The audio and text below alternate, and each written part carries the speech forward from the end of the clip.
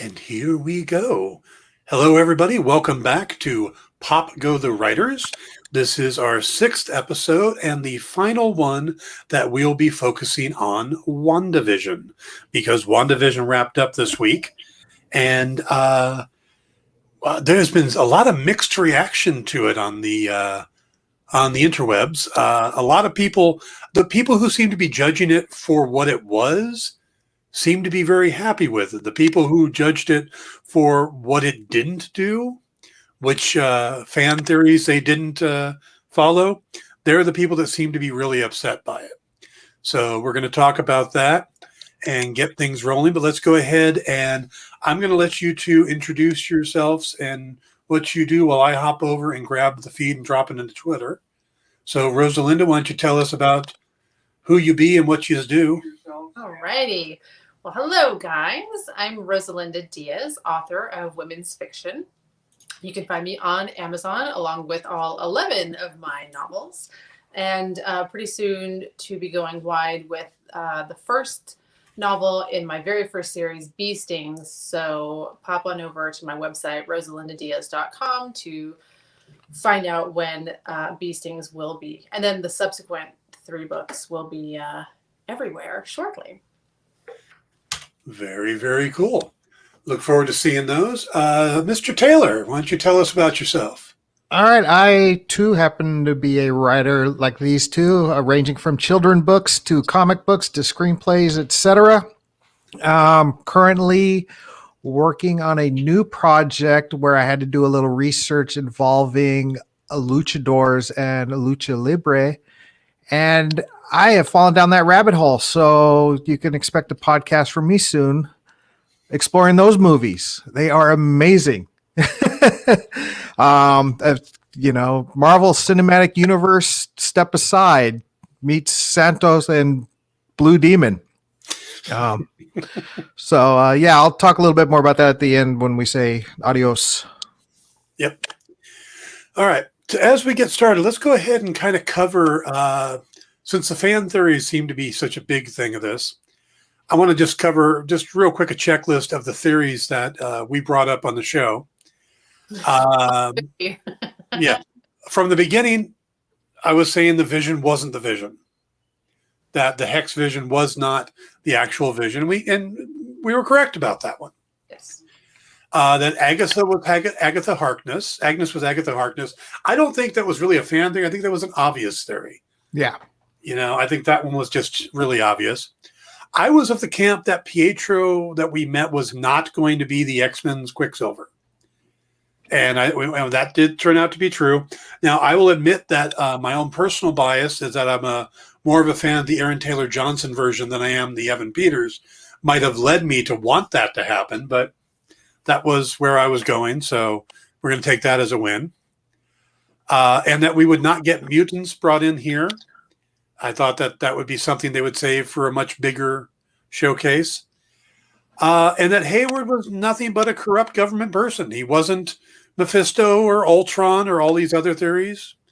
So I think we had a good solid 5 of them.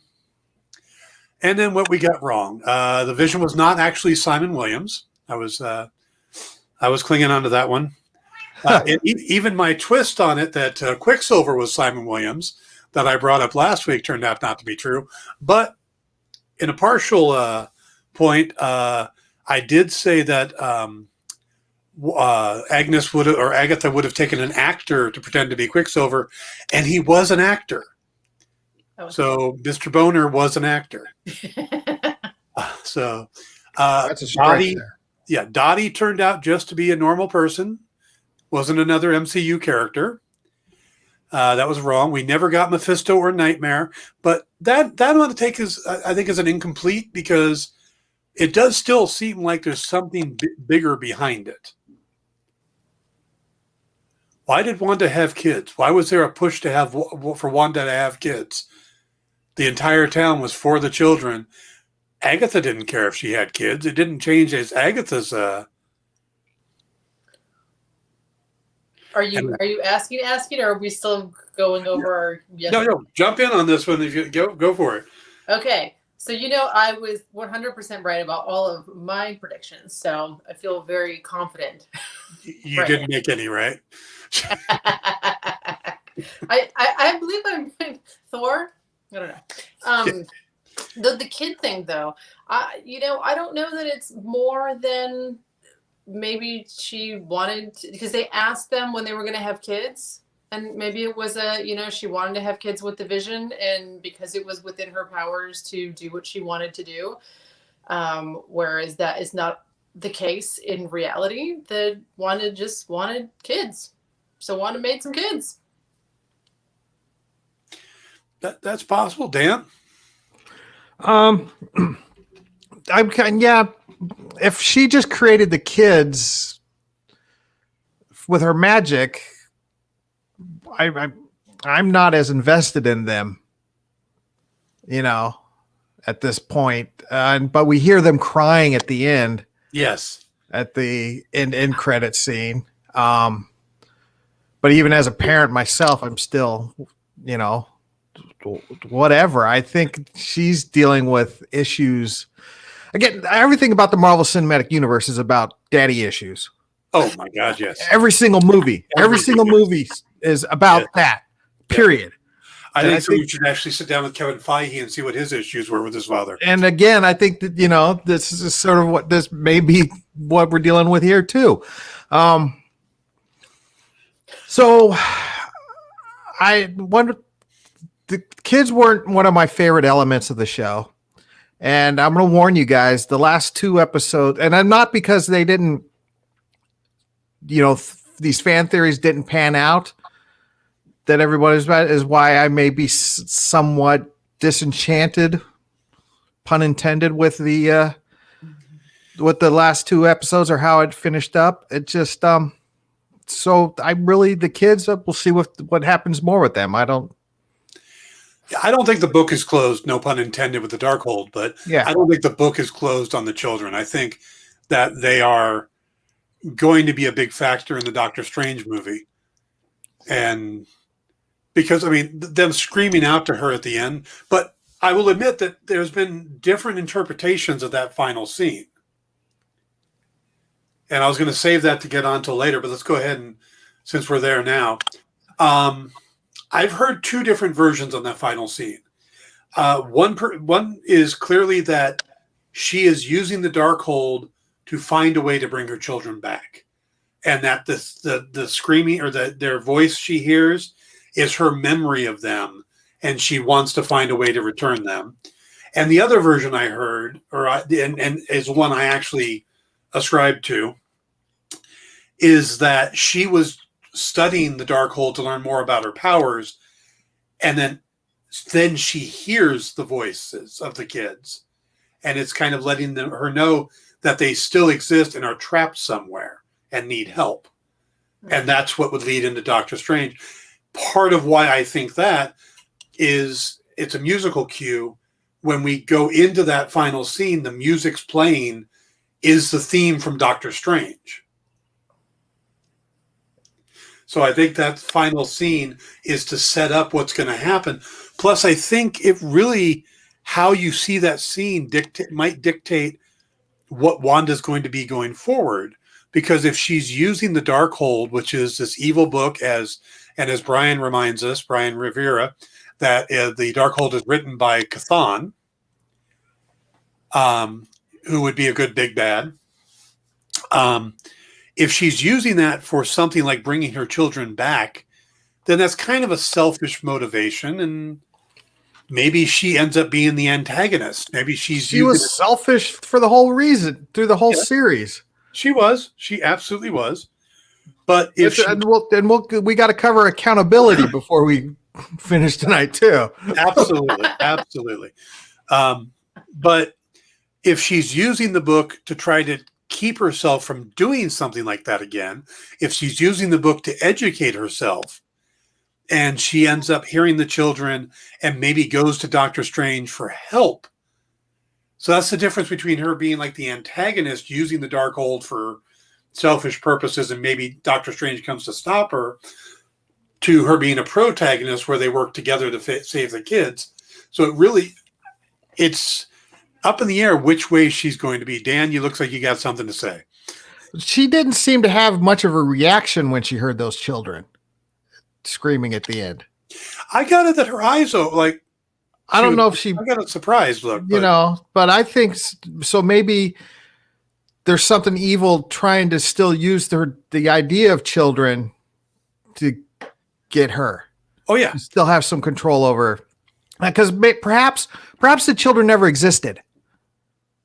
Perhaps Agatha created the children and they were pawns, just pretty much like Petro was too. And she, that was just a tool that Agatha used for what? To manipulate Wanda. Okay. So maybe the kids really don't exist at all.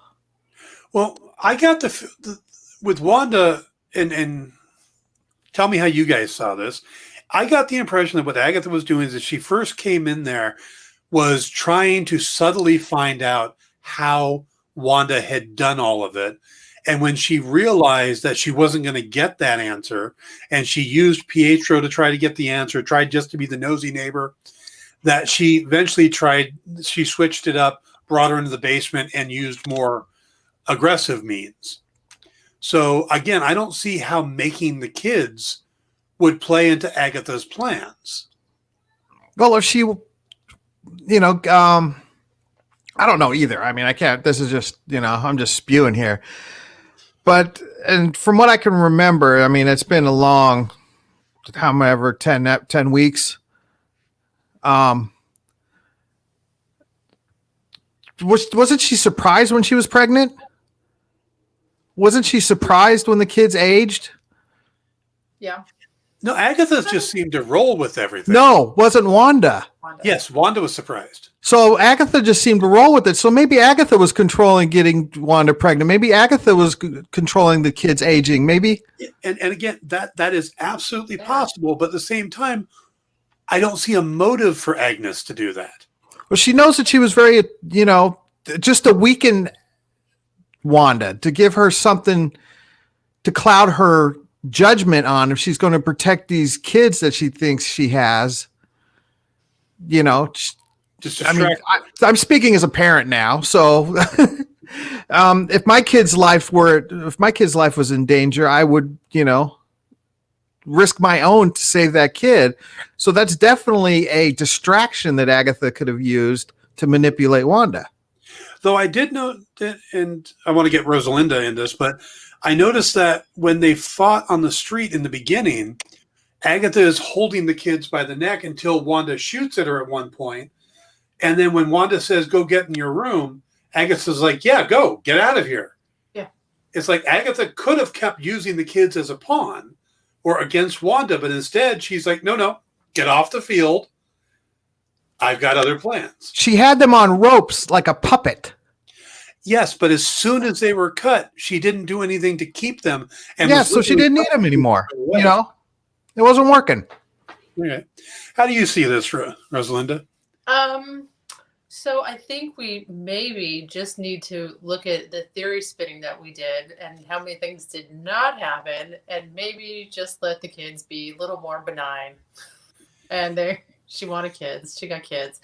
And I mean, especially at the end, I feel like she would have, if it wasn't her creating the kids, when she finished, spoiler alerts, everybody, when she finished off Agnes or Agatha, I'm so confused by her name now. The kids are still around. You know what I mean? The kids are one of the last things to, what are we calling this? Like disapparate or vanish, along with Vision. So I don't know. It still feels to me like it was, even though she was surprised that it was Wanda doing it, and she was at peace with letting them go because she knows this is the fictional world she created to, soothe herself and to come, in the comforting of her grief. So that, but again, also at that very last scene, I sat there and I went, I don't know what just happened. Like I'm confused. So. I don't know. Just it feels like to me that there's something more with the kids. And again, maybe I'm reading too much into it, and maybe it also is the history of the kids in the comics and the fact that they were part of Mephisto and stuff like that. But it just seemed like the kids and the things around the kids were not part of Agatha's plan, and that it might be something else pushing that angle to get a toehold or a control factor over the Scarlet Witch. Possible. Yeah. Okay, let's go ahead and move on. Brian Rivera points out that Wanda is learning very quickly. She seemed to have mastered astral projection already at the end there. Yeah. And then also Agatha referred to Wanda unleashing something. Mm-hmm. So there is something to do with Wanda maybe, unleashing Chthon or one of the other big demons from... Because, she said that you're more powerful than the Sorcerer Supreme and you're going to bring about the end of the world. And those don't seem like happy throwaway lines. They seem like... Good. I feel like Wanda was okay with that. She was like, I'm going to figure it out myself. It's fine. Yeah. I feel like you'd be a little bit more like, oh, I can do what now? Oh, that sounds bad. I'm concerned. She was like, I'll figure it out. I really thought... I was surprised by the ending. Not at the scream of the kids, because, again, I think what I think. But I thought the final scene was going to be her landing on the doorway of Doctor Strange's Sanctum Sanctorum and knocking on the door and Wong going, he's expecting you, or something to that effect. Because we never got Doctor Strange.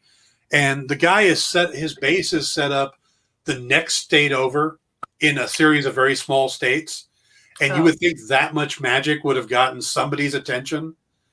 It got attention. Yeah, but nope, no Doctor Strange at all. Nope. Did that surprise you guys? Did you think he was going to pop up at all, or? Well, they dangled this carrot in front of us that somebody worthwhile, a Luke Skywalker, was going to show up.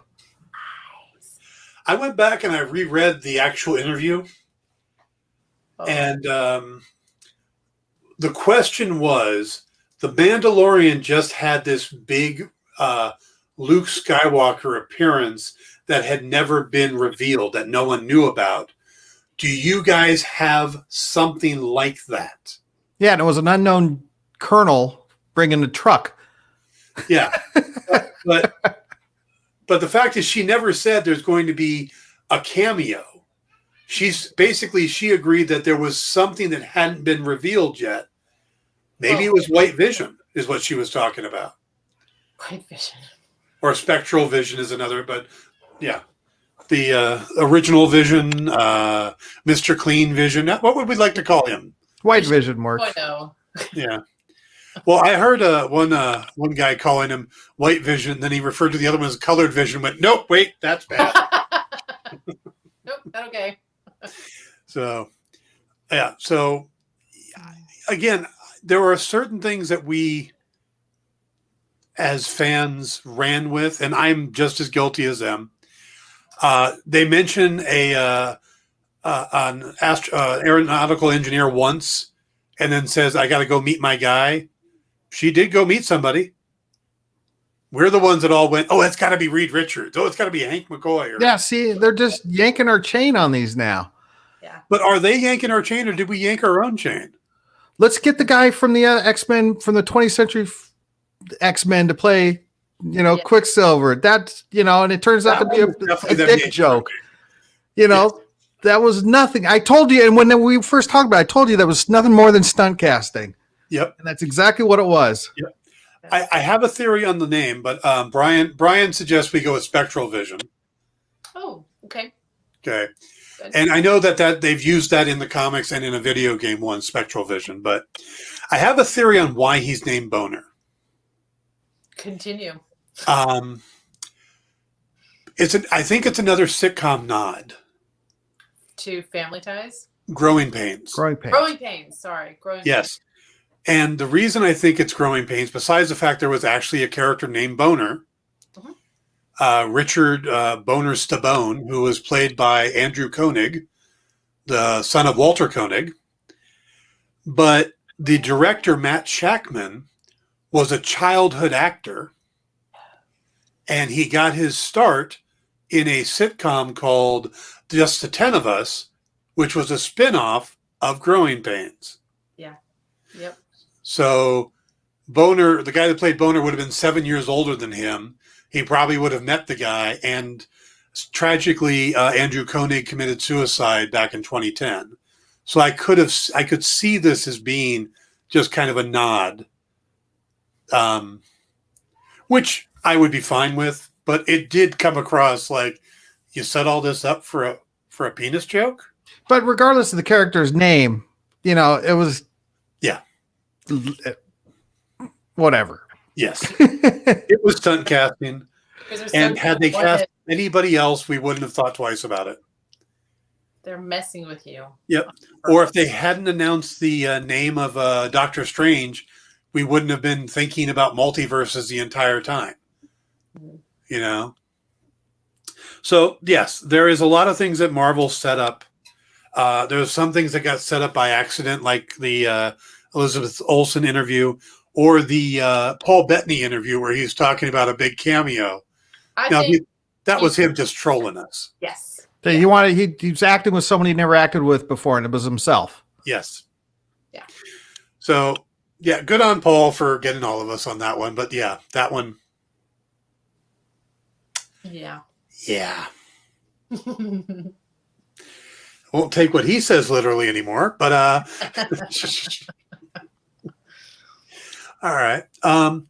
Well, so what about your theory last week? Was that or maybe it was my theory or everyone's theory that the vision was going to merge. The visions would be a one vision, but that did not happen. It did not. But the Hex vision was able to unlock the memories of Spectral Vision, which leaves him in a state, and again, this goes to the comics that he was in the comics for a while, where he had the memories of the Vision and the body and stuff, but he didn't have the personality of the Vision. Oh. So he didn't have the emotional connection to Wanda and the stuff. So they do separate in the comics for a while. And it takes place around the same time that her kids disappear. And he didn't have the courtesy to say goodbye. What the hell happened to White Vision? He just disappears. Right. White Vision is like, I'm gonna go find myself. Before we were going to get on tonight, yesterday, I'm thinking, okay, I'm going to remember what that episode was about. Did I just completely forget what White Vision happened? What happened with White Vision? The man Irish exited. Just yeah, exactly. Yeah. I'm Vision. God. Yeah. There's a lot of things in that last episode. It's like, the beginning of WandaVision was brilliant, and I think they may have blown their wad early because the last episode and a half or so, what was great and fun and entertaining, a lot of it was just, oh, yeah, Darcy's not around. You know what she thinks. Bye, Yeah. Yeah. Oh, White Vision just disappeared. We don't need him anymore. Oh, the kids, they're gone. They ran to the room. Okay, whatever. The FBI came and cleaned everything up. Okay, not Shield, not. It was only 49 minutes. Yeah. They could have done such a longer episode and dealt with all those things that you're mentioning in a much more graceful way than just gone. Yep. But would it just be tying up loose ends and kind of covering over the actual heart of the moment? You get me emotionally invested that much. You goddamn better say goodbye to me at the end. If you want me to care about everybody, I mean, in the second to last episode, Vision's line about what is grief but love, persevering, may be one of the greatest lines of dialogue that would even make, the Bard envious. Yeah. But, if you're giving me that, give me a kiss on the cheek at the end, too. Well, this wasn't the story of Spectral Vision. This was the story of the Hex Vision and Wanda. And by the end of it, all this other stuff we're talking about is kind of superfluous to the story, in that we're talking about Wanda dealing with her grief. I mean, this whole thing has been the story of, I mean, it's been a study of sitcoms through history and the tropes and what women went through and all this time and the changing role of women. But it's also been this deep dive into the way you process grief. And how she had to accept what's happened, accept the loss to move forward. So when you boil it down to it, that was the important thing. What Darcy's doing at the end, where Spectral Vision went, this is the MCU. We know this isn't the end. That's exactly what I mean. If you're going to incorporate so many, webs or whatever ties to make this MCU, they're getting a little sloppy with the connection now, is what I'm saying. Bring them in when they need to, dump them, make it just as a writer. That's what's pissing me off. Is there's no, it's just like that got ended up on the, cutting room floor or whatever, just because, we needed to get this episode done in 49 minutes.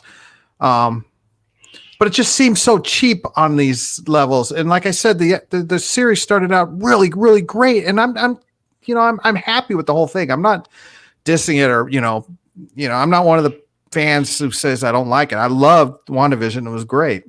They're just, and I might be nitpicking here, but they're just elements towards the end where it became very similar to a regular MCU universe where it's like, okay, the two baddies fight and, while jumping around on a bunch of CGI. I mean, Ant-Man did it, and everybody does it in every single MCU. You were so fresh at the beginning. Why throw that same formula at me at the end?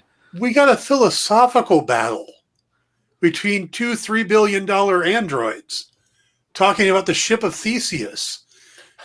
We did okay, that. We did that. That's unique there.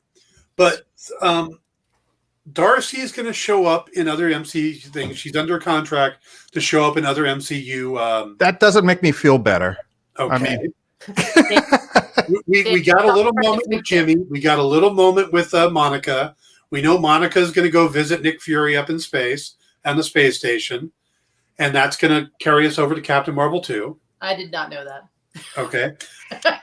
The pointing up, she's talking about Nick Fury. So she's going to go hang out with Samuel L. Jackson. Oh, cool. All right. Yeah, which I'd be cool with that.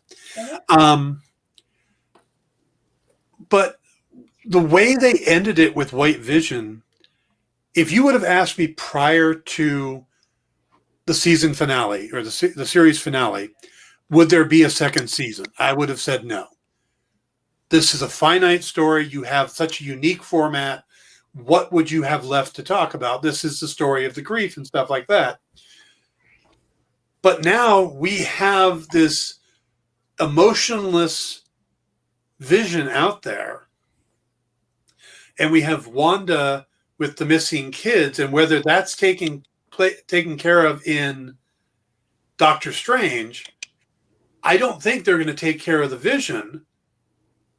And you could do a second season putting the two of them back together with this new dynamic.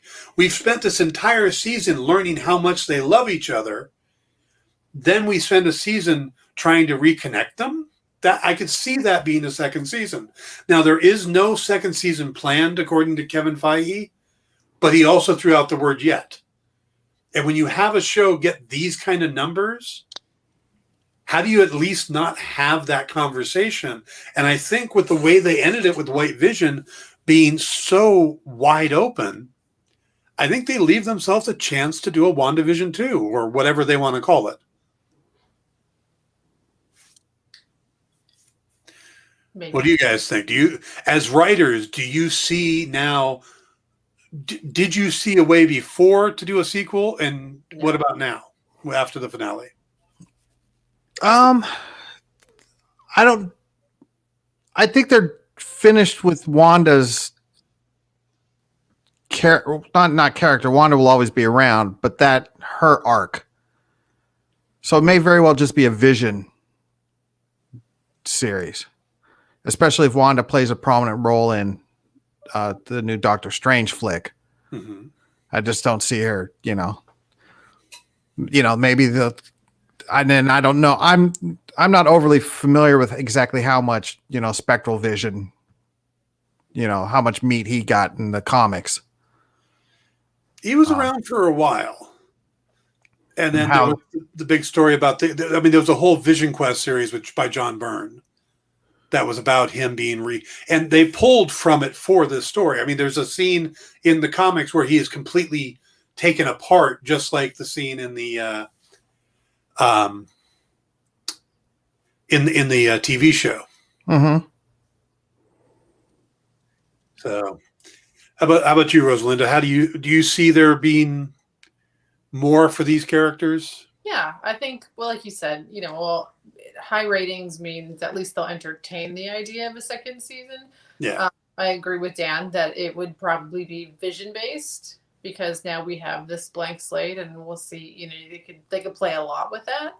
But I disagree with Wanda's arc being over. I think she's very interesting new arc is the Scarlet Witch. And I think they could do a lot with that also. But not a TV series.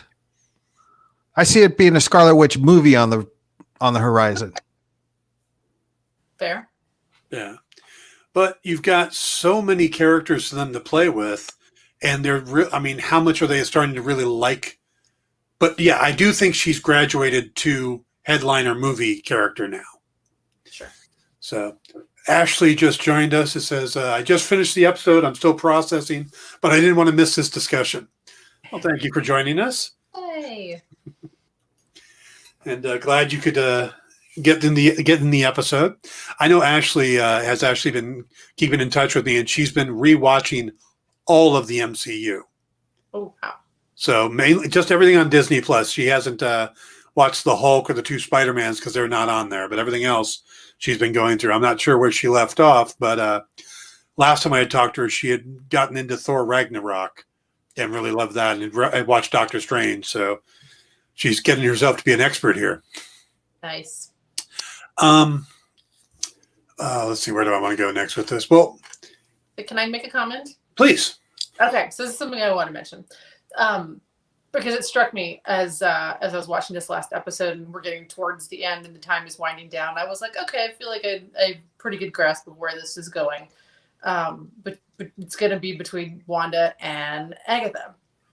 And then I thought about how our theory spinning about it being, who's the third one? Who's the other one controlling all the strings? And who's the big bad? And is it Mephisto or whoever else that was mentioned? And it struck me that it was never really considered that it couldn't just be Agatha, that it couldn't just be, and it struck me that when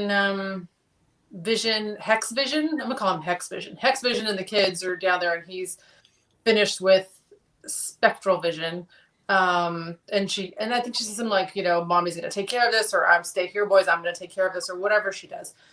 And it felt very powerful that it was two women, powerful women, facing off against each other, and there was no third male archetype figure that was involved at all. I appreciated that, but it was interesting to me that it didn't come up. Yeah. This whole time, there was always that third wheel spinning of it's got to be someone else. It's got to be someone else, and it wasn't that we know of.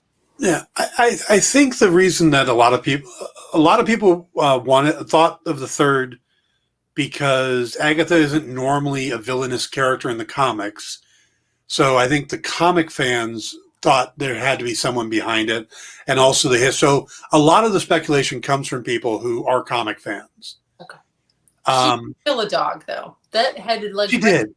Evil. She did. And by the way, I got that one right too. You did. I'm taking credit for that. I had the Justice for Sparky thing going way before she admitted it. I knew she had killed that dog. But, okay, I'm actually thinking of Sparky and killing things. Hayward became almost cartoonishly evil in the end. Just pulling out a gun and starting to shoot at the kids. And then was he trying to escape, or was he trying to run over the kids with the SUV? I figured run over the kids, but then he was reversing, and I thought getting a head start here, and That's where I was thinking too. yeah, But I wasn't sure. I mean, it could go either way. Yeah. And I love that Darcy got to take him out, and then her only line in the entire episode is "Have fun in jail." Mm-hmm. But it just seemed like that one seemed very convenient to me. Like there wasn't, like what Dan's been saying about this very ungraceful, kind of sloppy end tie-ups that. Oh no, and I agree. I agree with you, Dan, that there was some very unsloppy endings. We didn't get a satisfactory ending with Darcy. We, and there are certain things that I can see carrying over into other properties and their setups, and that's fine because we know that there are more setups. We know that this isn't you watch a DC movie and there's a good chance that even if it ends on a cliffhanger, we're never going to see that because it doesn't have that certainty to it. You leave something out there in the Marvel universe, there's a good chance they're going to get back to it. It may be 10 years down the line, but true. But I think since we know that, they take it for granted. Yeah. But yeah, Hayward, I think, needed a little better cleanup. Yeah. What if I decided I'm done with, the format for TV MCU didn't work for me. I'm just going to stick to the movies. Are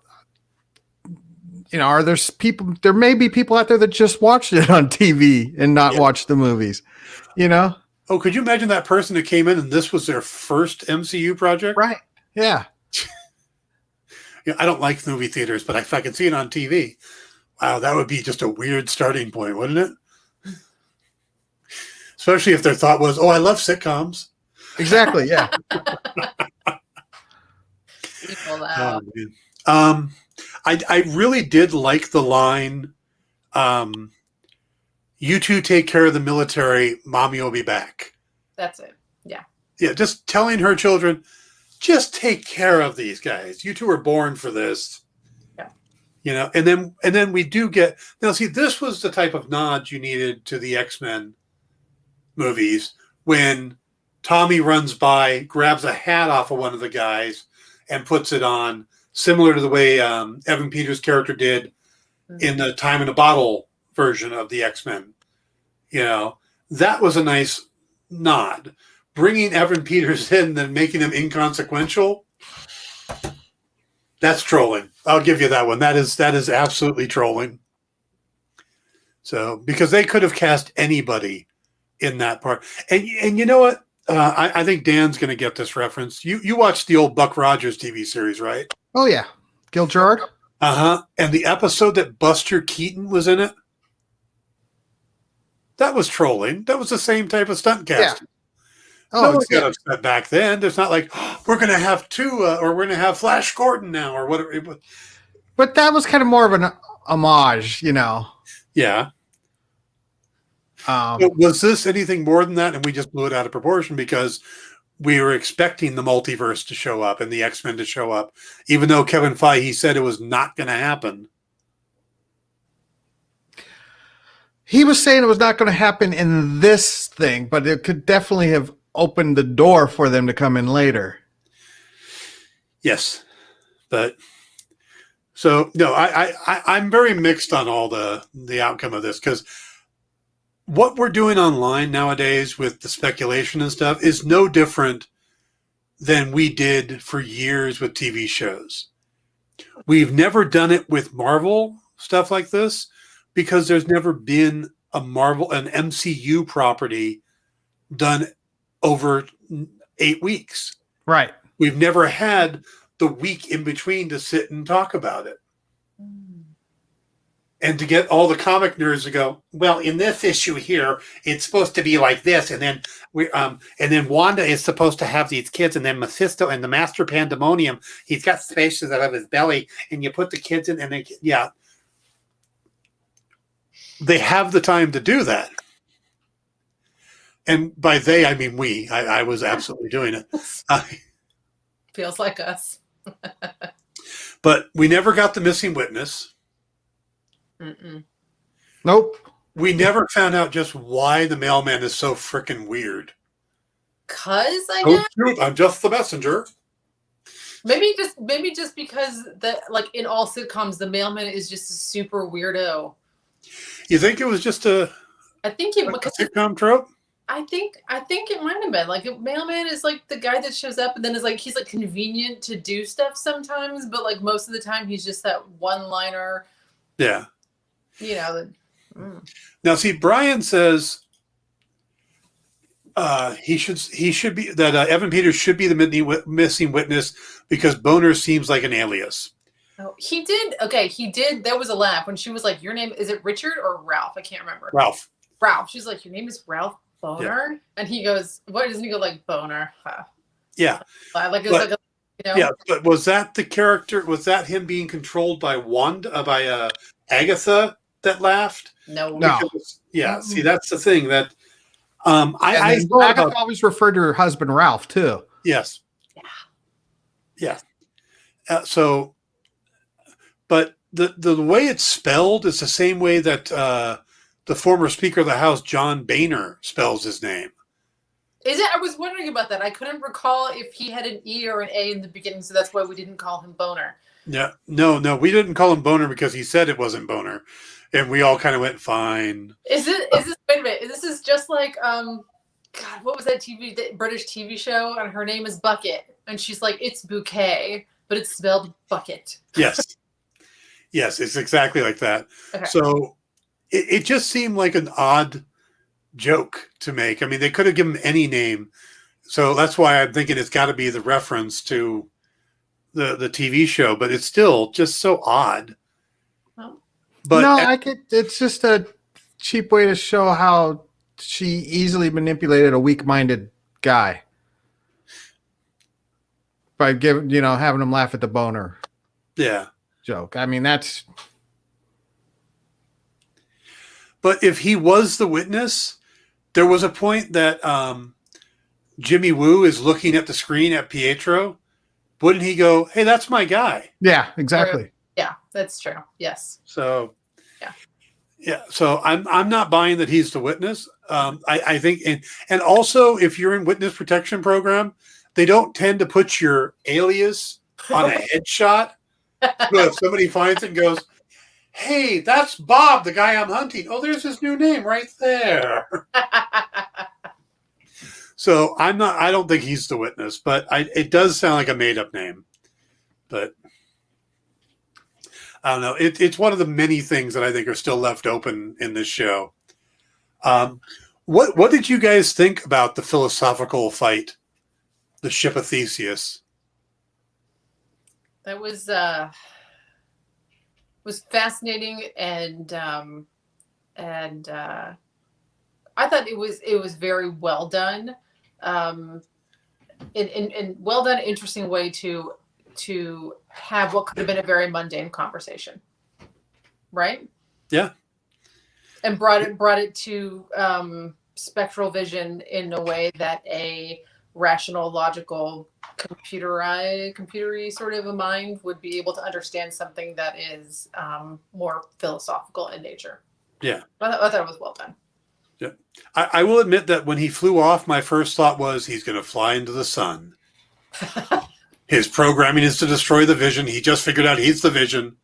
He's going off to kill himself. Yeah, it sounded it was very Nomad, Star Trek-ish, Yeah. So, and maybe we're supposed to be left with that feeling, that up in the air, I mean, again, I can understand the idea that you get to the emotional end of the show and you don't want to tie it down with a bunch of other stuff, but then you shouldn't have added a bunch of other stuff during the show. Mm-hmm.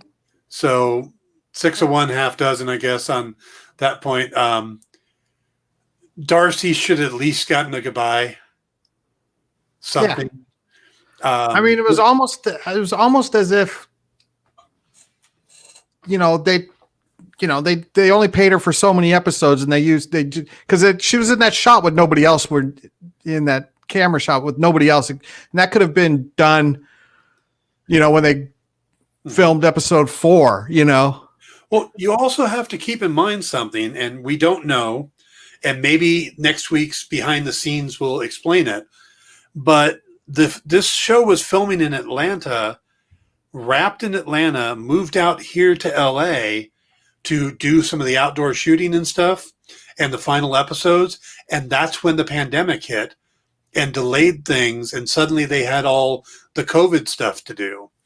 And maybe they could bring Darcy in for a sit by herself car accident. No, yeah. But couldn't bring her in for anything else because of the COVID restrictions. And if they end up telling me that, I will feel better about it. Yeah. Yeah, just like that might be why we didn't get a Doctor Strange cameo, because from what I understand, when they moved to LA, at the same time, Benedict Cumberbatch had been filming in Australia and was stuck in Australia. So they could have done like a green screen thing, but, would have really worked. They could have done a Zoom call. Something like this, Just a portal opens up and Wanda, I'm Doctor Strange. This is what's happening to you. I hear you need my help, but I'm doing my sessions now through video calls. I'm not a cat.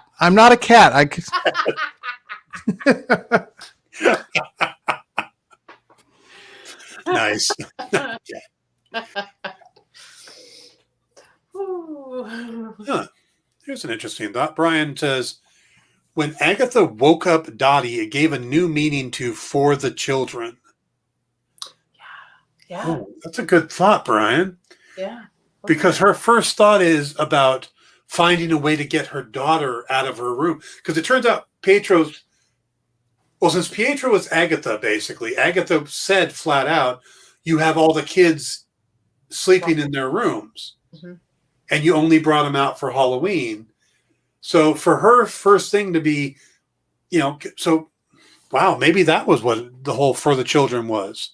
Mm-hmm. Maybe the idea that if they got Wanda to have kids, then maybe their own kids would have been able to be out, to interact with the children. It would further that plot line. Mm-hmm.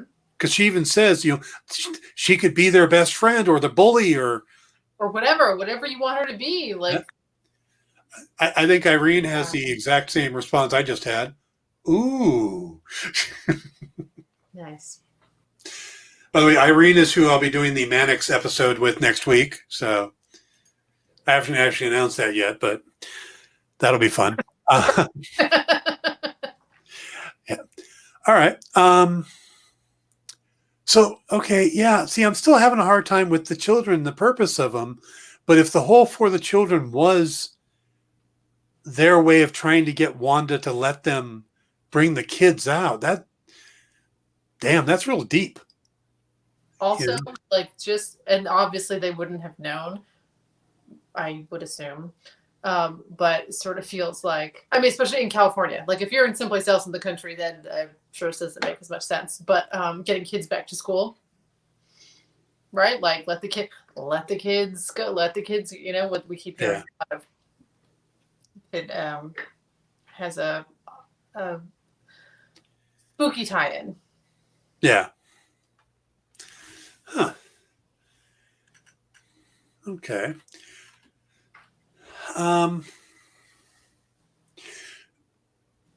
Do you guys think that the delay the show was supposed to come out months ago? Do you think the delay and the fact that we are all still in the pandemic and desperate for entertainment, and it's been, the last MCU property we had was Spider-Man Far From Home, which seems like an eon ago. Another life ago. Yeah. Do you think that, along with the week-by-week built up the anticipation for this show and the audience and whatnot, that it was kind of, similar to The Mandalorian? This was like our first, we weren't even getting network TV shows really that much. And suddenly we have these incredible TV shows, but do you think that's what helped build up their popularity? It's just the way television is nowadays. I don't think it was any more popular than Game of Thrones. And Game of Thrones is pre-pandemic, from the before time. Yeah,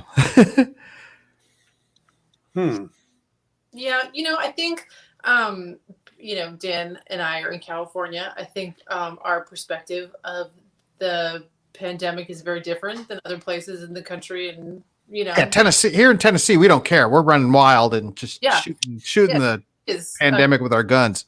Exactly. Yeah.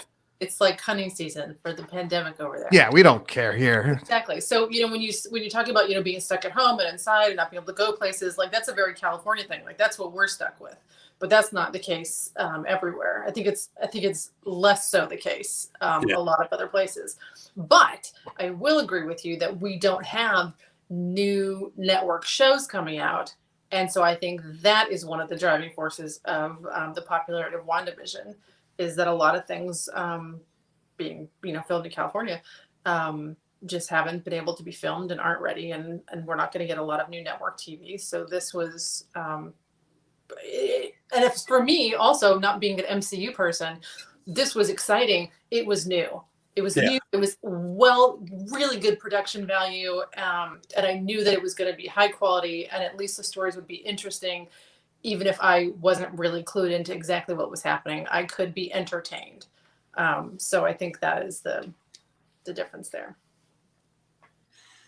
Okay. Yeah, I think the weekly format. Okay, well let's look at this then.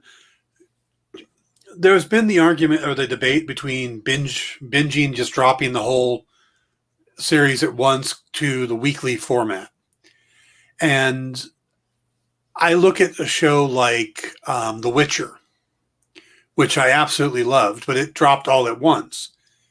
And I looked at it as we had a couple weeks of talking about The Witcher and singing toss a coin to your Witcher. And then it was gone. And we haven't talked about it a lot since, where The Mandalorian stayed in people's conscious the entire run for weeks. And now WandaVision for 8 weeks has been the talk. I know it frustrates people, but do you think for a show, it's better to be released on the weekly schedule for the popularity? Yeah. And another Tiger King was another one. That was weekly. Was it? I believe it was, wasn't it? I haven't actually watched it. Oh, you got to watch that. That was better than Irene. WandaVision. Irene, and it's even weirder. was But I think that, I don't know. I mean, I'm old and I grew, and you too. We grew up on Cheers, where it was Sam and Diane, will they or won't they? And we talked about that every Friday, after a Thursday night episode. So, yeah. Oh yeah, the must-see TV, and then the water cooler stuff. But go ahead. I love the water cooler stuff. I mean, this WandaVision, people I work with, they all knew that I got up early Friday morning and would watch the episode before I went into work, but none of them watched it till the weekend. And I'm like, ooh, I can't wait till Monday to talk about it. Yeah. Now, I think I'm not a binge watcher, so people will tell me to watch shows, and they'll be like, "Are you done yet? Are you done yet?" I'm like, "No, I'm not done yet. I watched like an episode, and then I'm watching another episode of something else, and another." I like personally having that time frame in between. It's almost like commercial time where you get a minute to think about what's been happening, sort of refresh your brain, and then you come back into the show and you're ready for the next plot twist. So yeah, I think it was very smart of them to release it a week by week, which Disney, seems, I don't know if it's an MCU decision, but it seems like a Disney decision. Disney seems to do this with their series, just like, so Irene had Mannix during the blackness of the pandemic. I had the Zoo show on Disney Plus, which was strange for me, but I really looked forward to the Zoo show. And then there was like an Animal Kingdom show. But again, it was a Disney show and it was weekly. Yeah. For as long as they were, they had episodes. I think they understand that's a key for keeping popularity and ratings up. Yeah. Irene says, I think we'll see a return to weekly schedules for prestige shows. I like the term prestige, prestige shows. I think that's a keeper there. For me, I don't know if I mentioned this last time or if it was in a different broadcast, but I was binge watching shows, especially the Netflix Daredevil and those shows when they came out. But I was trying to cover them when I was working at Bleeding Cool, and I would, watch the entire thing, and then I would write a review for the whole series at once. And I think I lost a lot of the intricacies. Well, I had a weekend coming up, and I needed to do a certain number of stories for the weekend. So I decided to cheat, and Altered Carbon, the first season, came out. And I was going to binge watch it, but I thought what I'm going to do is I'm going to watch it, but I'll watch an episode, and then I'll review it, then I'll watch the next one. So I was still binging, but I would take like an hour in between to do the review. And I so much more enjoyed the series taking that break and contemplating on it that I stopped binge watching stuff.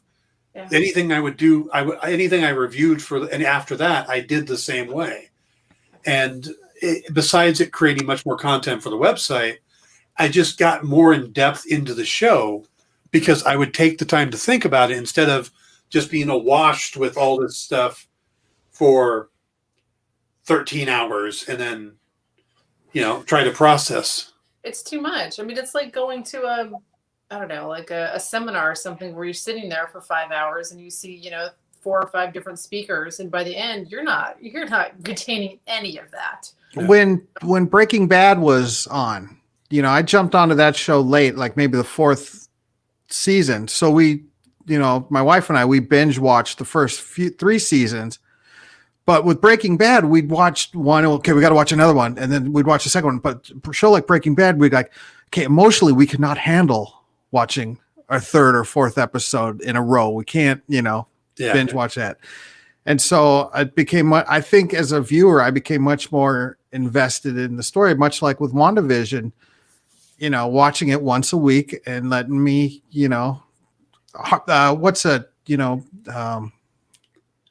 what is it that makes the heart grow fonder? Absence. Absence. There you go. Yep. And no, they don't mean the drink. Absinthe. Yeah. Irene says, we're definitely missing community right now. So feeding it out weekly builds a community in a way that drops with that a drop of all episodes doesn't.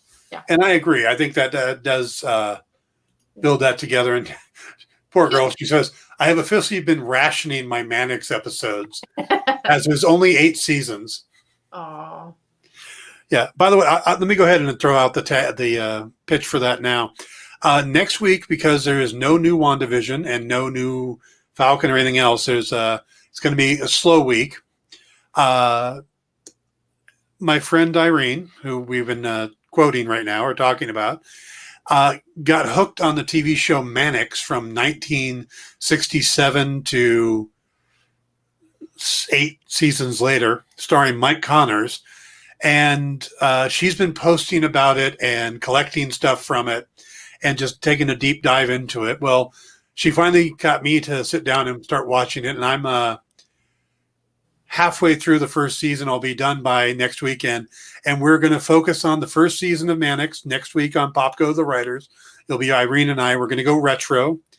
And we're going to have a lot of fun. And we'll probably be drinking too. So if you want to have a really fun episode, join us. And we'll be talking about an old sitcom or an old detective series that had some amazing guest stars. So far, I've seen young Tom Skerritt, Richard Mulligan. There was another Sam Elliott before the mustache.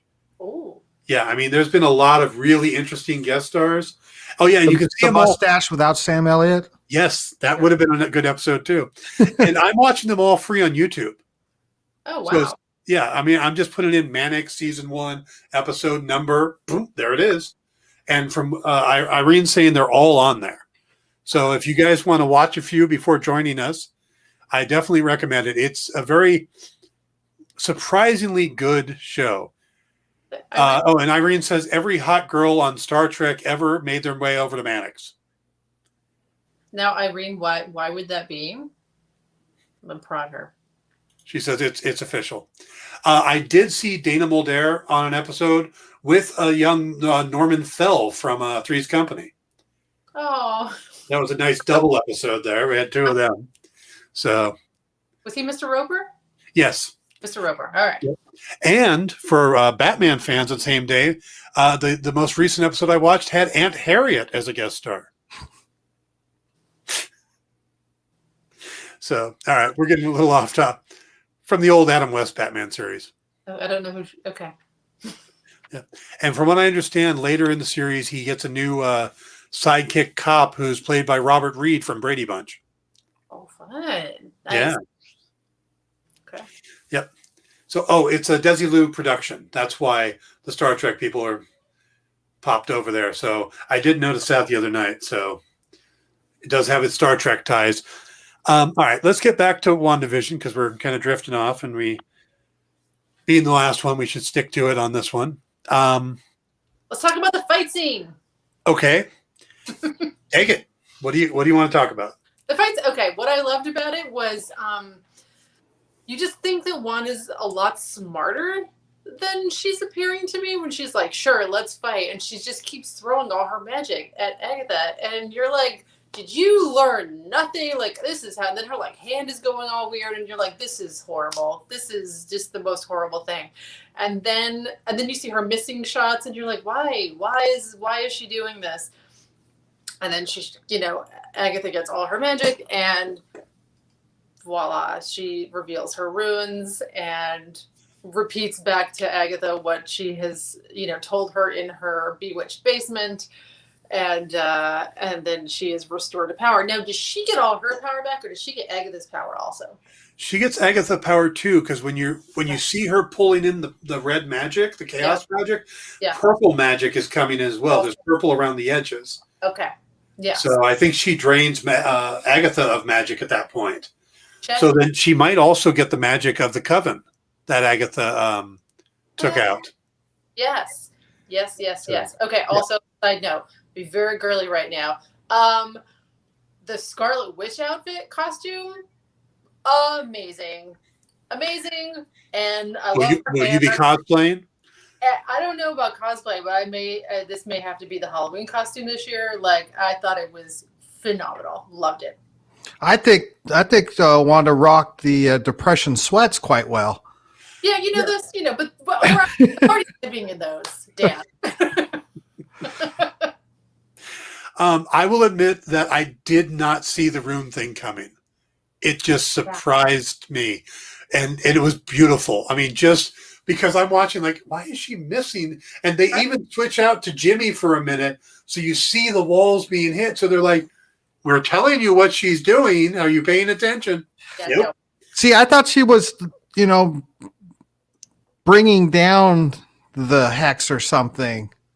Opening it up so something can come in and help her. That's right. That's good. Here comes Doctor Strange because the hex is open now or something, That's why I thought her shots were purposely missing and aiming for the wall for another reason.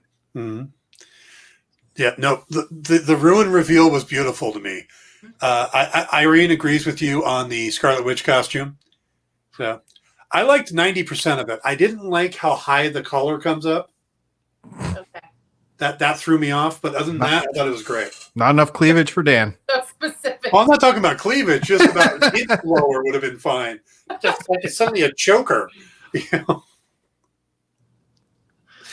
can't. Oh yeah, she says they couldn't afford Benedict Cumberbatch for the episode. Probably. It's kind of like how Deadpool could only afford certain X-Men in those movies. All right, so the Wanda, I agree. I thought the Wanda fight was really well done. I love that they did a callback to the Age of Ultron with her coming up behind and using the mental thing. Though I will admit, and maybe you guys can help me here, I don't really understand what happened in the past Vision, where, shouldn't say the word Vision, when they go back to the Salem thing. Okay. What the hell happened? Well, I think Dan is probably the better person to answer that. What was the question? When Wanda took Agatha back to the Salem where she was being attacked by her coven, I didn't get that scene. I think it was just maybe plan A that didn't work, so she went to plan B. But then she gets trapped. She gets trapped in the coven. The coven turns on her. Yeah. And that's when she really starts tapping into the Scarlet Witch powers. Yeah. But I guess I did really understand the purpose. Yeah, what was going on there. You know, but then I guess I don't understand. I never quite understood those scenes in Age of Ultron either. You know, what was she supposed to be doing other than making them sad? Oh, wait, wait. So isn't she like distracting them, but also with their worst fear? Wasn't it a fear thing? Yeah. So maybe, yes, correct. Bitches be cray. They be cray. So she was tapping into Agatha's fears, right, of that moment, but Agatha was also able to overcome that. Yeah. So also maybe it is her own fear of being a witch, because remember, she's denying it a whole bunch, like, I'm not a witch. Maybe that is that it turns on her because they bind her as a witch and they put her in the stake. So maybe it like backfires on her, is that it becomes her nightmare also, or her fear also, that she is a witch. Could be. Did anybody else hear Princess Bride at that moment? She said, I'm not a witch. I'm not a witch. You're a witch. Yes. Yes, I did. Literally, that popped in my head while I was watching that scene. I was going Monty Python Holy Grail. Yeah, she's a witch. Burner. We're moving pretty good tonight on this one. I think we're going to be able to keep to our 90-minute thing. All right, so let's get your overall feelings on the series. Let's go with Dan. Like I stated, started out great, very unique. I was captivated all 10 episodes, right? No, 9. 9. Okay. Maybe just felt like 10. I was captivated all 9 episodes. But I just think it kind of ran out of steam the last episode, you know?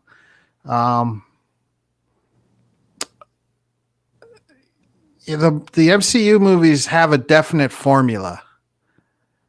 You know, daddy issues and the big bad fight in a weird arena.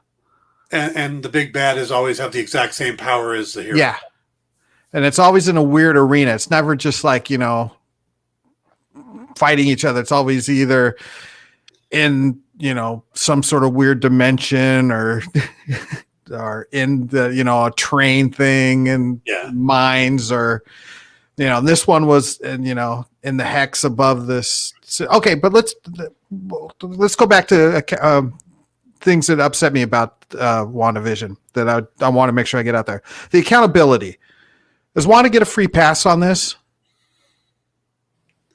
Or is she a villain for doing what she did to those people? I would say she's a villain, but this is also a world where the Hulk tore apart a city in Mexico or wherever it was and still is an Avenger, and Winter Soldier killed 24 people or assassinated 24 people, and he's still on the side of the angels, and he's getting his own show. So they seem to forget a lot, especially when they can go, oh, it was his rage, or it was grief and she didn't understand her powers. So I think they kind of brush off a lot of responsibility. Okay. Another thing, while she was controlling that town, that's when people came back from the blip, right? Yeah. Okay, how come nobody blipped back? How come nobody blipped back in? It was 3 weeks after. Is when she took over control? Yeah. Okay, so everybody had already come back? Or Yes. okay, everybody had come back. Yes. So there wasn't a, because I was like thinking, what, when people just pop back in the middle of this? But okay, that was my fault. Yeah. For not keeping track of time. Yeah, there needs to be like a giant whiteboard of Yeah. this is where people came. This is where Jimmy, And red strings and all this stuff. And oh yeah, yes. But the show was fine. I wasn't as hyped for it going into it. I thought I got to give it a try, otherwise they're going to take my nerd card away from me if I don't watch it. It was the one I almost passed on, but I'm glad I saw it, and it was better than I thought it was going to be, because I was never to be honest with you, Wanda and Vision play such a minor role in the Avenger movies compared to Captain America or Iron Man, that I really didn't have that much invested with them.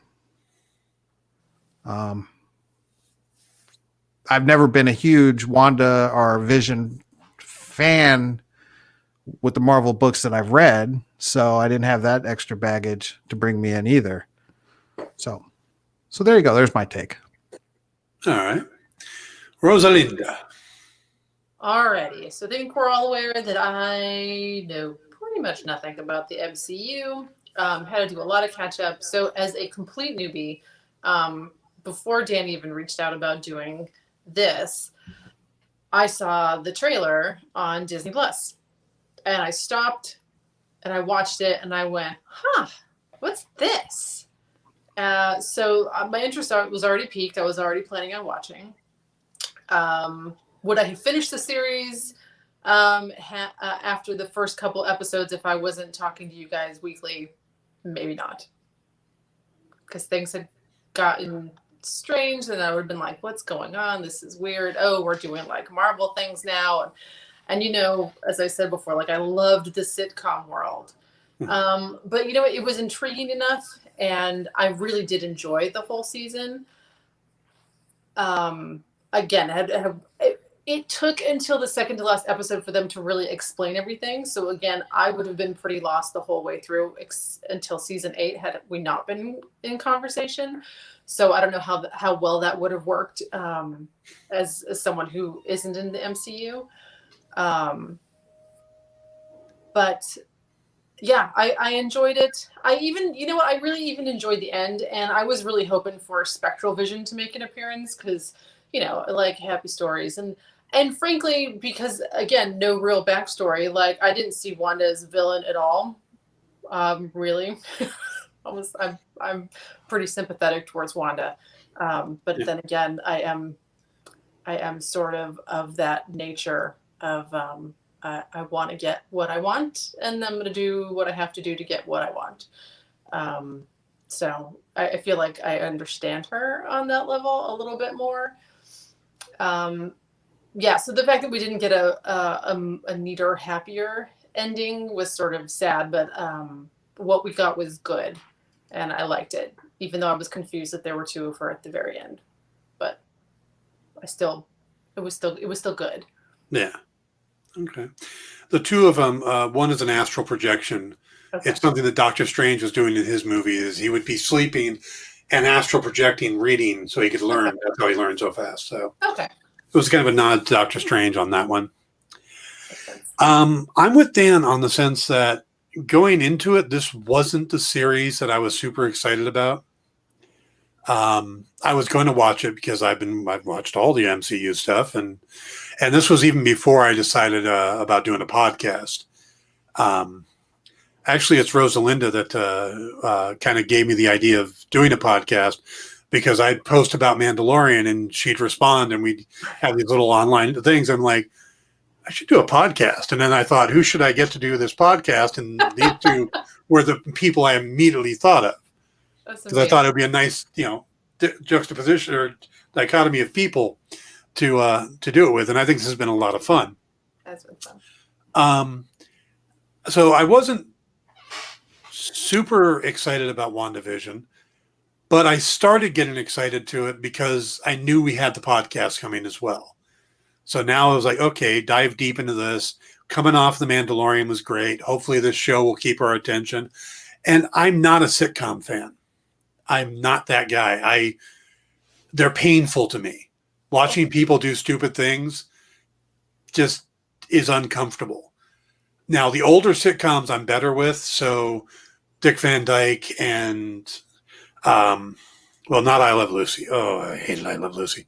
But Dan. So I was not the guy that this show, I knew I wasn't the guy this show was meant for. But by the end of the second episode, there was just enough weirdness in it that I'm like, okay. And I grew up reading these characters, and I remember reading the series where Vision and Wanda got married and they got pregnant, and all the horrible, horrible stuff they've done to this poor character over the years. To both of them, really. They have just, I think the writers are getting out their therapy bills by writing these characters. And so I was hesitant going in, but by the end of episode 2, I was hooked. By the end of episode 3, I'm like, this is great. And I literally were telling people, there were people who were tapping out, like, this isn't an MCU property. What am I doing? And like, get through episode 3 and into episode 4. And then anybody who started leaving, I'm like, well, don't you want, I was able to kind of convince people who seemed to be swaying one way or the other, depending on which direction they wanted to go. But I know most people, I don't know of many people who tapped out completely, because there really was enough interesting weirdness in this show, and it really didn't feel like anything else in the MCU. And that's one of the things I love about the MCU is that every property, even though there are those standard things that happen, the big fight, the unusual ground, there are the divergences from that, but they're not just doing the same type of movie. They're taking different motifs. You look at just the Captain America films on their own. The first one was a war movie, and the second one was a 70s spy thriller. And Ant-Man was a heist movie, and Iron Man's a sci-fi movie, but Guardians of the Galaxy was kind of a Star Wars riff. So you've got all these different things going on under this one umbrella. So that's what I've really loved about the MCU. So here was something completely different, and it was a mystery, and I'm a sucker for mysteries. So the more clue, I am always going to be the guy that is looking at every clue and trying to figure out what it means.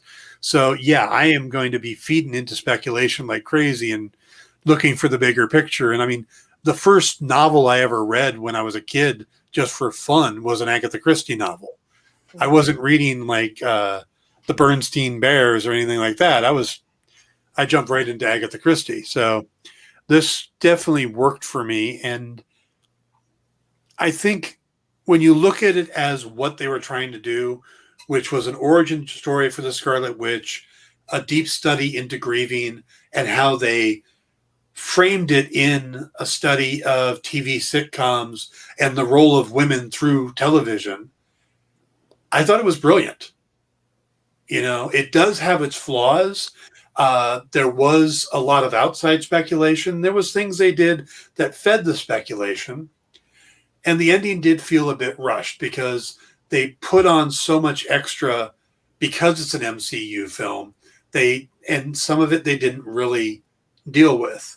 I'm just, for instance, Senor Scratchy the damn rabbit. The rabbit ate a bird. Rabbits don't eat birds. We got nothing on that. And that's going to keep me up at night. The kind of thing that's going to bother me. If I had Matt Shackman's phone number right now, I'd be calling him up going, okay, was Boner because of the guy you met when you were a kid? Who the hell was the rabbit?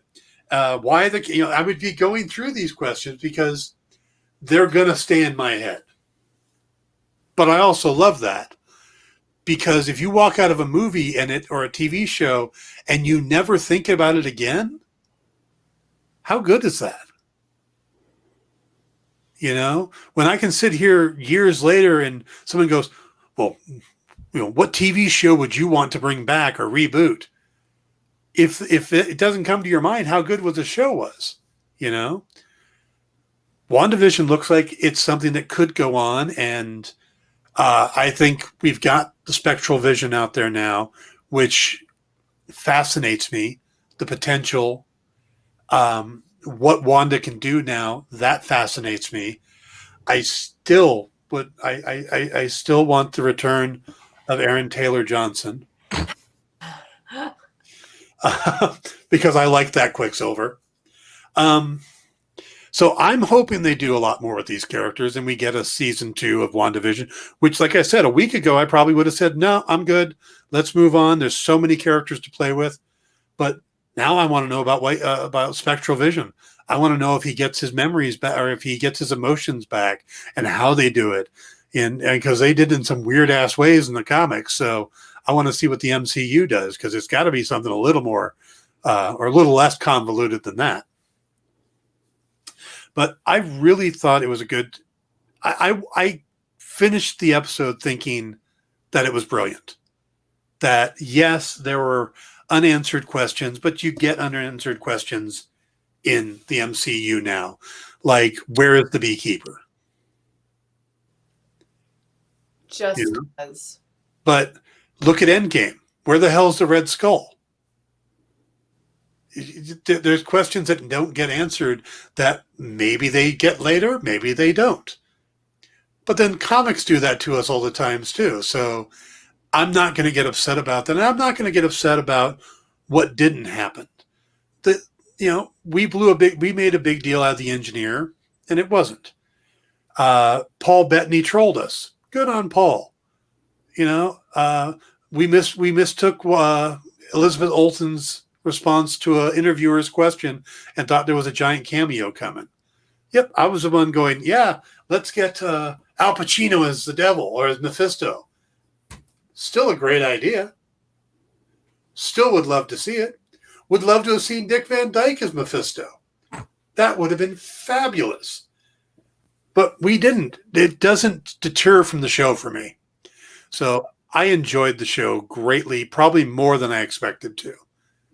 And I think that as the first MCU entry as a TV show for Disney, I'm excited for all of them, including the ones that I really couldn't care less about. I'm looking forward to Moon Knight. I'm not a huge Miss Marvel fan, but I'll be there for both of them. So that was my long-winded take on my overall thoughts on it. We got Falcon and Winter Soldier coming up next. Now, the two of you are going to be tapping out at this point. They were nice enough to join us for 6 of these Pop Go, the writers. As I said earlier, we're going to be doing a special next week with Irene Adler will be joining us, and we're going to talk about a classic TV series in Mannix. And then following that, we will be back with focusing on both Falcon and Winter Soldier, and we'll talk about the Snyder Cut Justice League, because, yeah. You can see Dan just physical cringe there, huh? I'm looking forward to it. I want to see what Snyder wants to do with it. All right. Good luck with that. I have one of the co-hosts is already locked in. That's going to be Paul Story, who you guys saw last week here. So I'm just avoiding Paul. So yeah. As soon as I said Paul Story, Dan's like, I'm out. So, but both of them, both Rosalinda and Dan, will probably be popping in as guests throughout the as the other shows come up. I'm really thinking that Rosalinda is going to like Loki, and maybe we can bring you back in as a regular on Loki, because you seem to like Thor. So me some Thor. Yeah, so I think we're going to try to get you back for Loki, and Also, we're going to do Bad Batch when that comes out because of the way that, basically Disney is giving me material to keep this show going. That was their plan. Yes. Yeah. They're being nice to me. So as long as I've got material, I'm going to keep doing, and co-hosts and guests, I will keep, and people watching. So as long as I see the little thing up there that says, eyes on it and likes, I'm going to keep this going. So join us next week for Mannix. And then after that, we'll go into the Falcon and Winter Soldier. We'll cover the Snyder Cut and whatever else pops up in the news and whatnot. And I'll be doing videos all during the week because you guys just can't get rid of me. So, but Rosalinda, would you like to tell folks final words? Oh, well, you know what? This has been so much fun. Thank you guys for humoring me, for allowing me to be here with you, and letting me ask my not so bright questions and contribute. It's been fun. It's been a fun introduction to the MCU. So I've had a good time. And if you want to find me on Twitter, it's Gitana Rosa, or my website, rosalindadiaz.com. Also Amazon, where all of my books have been published. And again, look for my first book in my Bee Stings series titled Bee Stings to Be Wide. Kobo, Barnes & Noble, and Apple Books shortly. But it'll be on my website, so you can just check back there. Excellent. Mr. Taylor, tell us about your new podcast about Luchadors. Yes, researching a project. I wanted to do a Luchador spin on it because I've always found those characters fascinating. And so I started watching the movies, and the more I started watching them, now this is a MCU universe right here, Mexican combat universe. These movies are fantastic. These are all they're wrestlers, but they're super agents. But they fight Frankenstein's monsters, or stop alien invasions, or there's a mad scientist in every episode that looks like a stand-in for Fraser Crane. These things are these movies are amazing, and they're so imaginative and creative. So falling down this rabbit hole and doing my research for this project that I have fallen in love with these movies. So look for Luchador Gringo everywhere, Facebook, Twitter, Instagram, whatever, YouTube, and I'll be doing a podcast where we'll be reviewing and talking about these episodes with another fellow writer, Michael May, and Cool. yeah, and we're going to actually have interviews with people that have worked in the industry as well as we're either writing comic books on the luchadors or role-playing games, etc. Maybe a few luchadors themselves. Things are in the works. So, and these movies are hard to find. So, I mean, they're all over the place, but I don't speak fluent Spanish. So I'm looking for the versions that are either dubbed or with English subtitles, and they're hard to find. And when I do find them, I'm going to try to put them up on YouTube for everybody else to watch as well at the Luchador Gringo channel. So yeah, so maybe join me on this adventure for a while and then see the outcome of the project that I have in the works for it. Kind of a cross between spaghetti westerns and luchadors type of thing going on. Nice. Well, we're going to have you back during Falcon and Winter Soldier as a guest, and oh yeah, you can plug the Luchador some more. Of course. And I'll probably be back during Bad Batch. Okay, good. Also, if you're looking for a guest for the show, if you don't know him, you need to talk to Rafael Navarro. Already talking to him. Okay. Rafael I go way back, and his book Sonambulo was a great luchador meets dream warrior, basically. And Rafael is one of the big sweethearts in this industry, probably the guy in this industry I've known the absolute longest. Yep, I've sat next to him during San Diego Comic-Con one year and in the next booth. So yes, he already in the works to have him on. Yeah. Rafael works a lot with Mike Wellman, who we had as a guest a couple weeks ago as well, who owns his own comic store, but they do books together. So Rosalinda would remember him. Dan was out that week when we had Mike Wellman. But yeah, well, good. I'm glad to see you got that going on. I think I'm going to be following it, and I'll be checking those movies out when you got them posted. Yeah, check out. I just posted it today. Check out Santo and Blue Demon versus the monsters. I mean, he fights Wolfman, mummies, Dracula, Frankenstein's monster, and they for extra goodness, they throw in a Cyclops. Oh, nice. So yeah, my week's going to be Mannix and Luchadors. I love it. All right. For me, I'm going to be bopping in back and forth here, doing videos this week. I'm not sure what topics, but there will be some. I will be doing pre-shows for Falcon and Winter Soldier. Those seem to be going over pretty well. So on Thursday nights, about 7:00, I'll hop on and do a live broadcast just to get people ready for the show. We'll be continuing the Pop Go the Writers, and I am on Tuesday nights from 5 to 7 Pacific time, the comic book shopping experience, where myself, Nick Barucci, and Kyle Northup go over the books that are shipping the next day. So if you want to get an idea of what comic books you should be picking up at the shop that week, check out Tuesday night on the comic book shopping experience with myself, like I said, Nick Barucci, the president of Dynamite Comics, and Kyle Northup.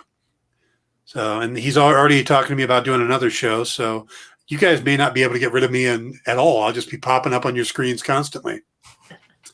And hopefully I'll have some new writing to talk about soon too. So thank you all for tuning in. Rosalinda, Dan, thank you for going on this journey with me. I look forward to having you guys back. And like I said, get ready for Paul Story and myself to be covering Falcon and Winter Soldier. And there will be another guest, another co-host. Just haven't decided on who that is going to be. Maybe someone we've had as a host. Though I do like the idea of having a female presence. So but hopefully, if anybody's watching this and wants to come join us, let me know. So a guest or co-host, see who wants to come in for the next 6 weeks and talk Falcon and Winter Soldier. All right, everybody, have a great night. Have a great week. Stay safe. Get your vaccines. And be well. Thanks. Good night, everybody. Peace.